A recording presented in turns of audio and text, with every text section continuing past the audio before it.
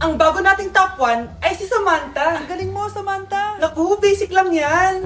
Paano nangyari yun? Pasado kayong lahat, pero may isang bagsak. Si Scarlett, halatang favorite mo si Samantha. Pares lang kami ng average. Paano ako bumagsak? Di ba sinasagot mo ako? Eh, di bagsak ka ngayon? Umanda ka sa akin. A few moments later. Class, mag-behave kayo. Nandito yung principal natin. Magandang umaga, class. Kamusta yung bago nating teacher? Gusto ko pong i-report yung teacher na yan dahil may favoritism po yan. Favoritism? Sinungaling ka, Scarlett! Mabait sa amin si ma'am. Opo, ma'am. Mabait po ako sa kanila. Pantay-pantay lang po yung tingin ko sa kanila. Huwag mo na pagtakpan nanay mo, Samantha. Hala, OMG, magnanay sila.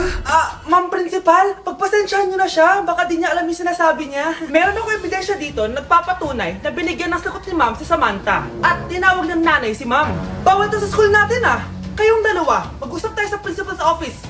Ma'am, magpapaliwanag po ako.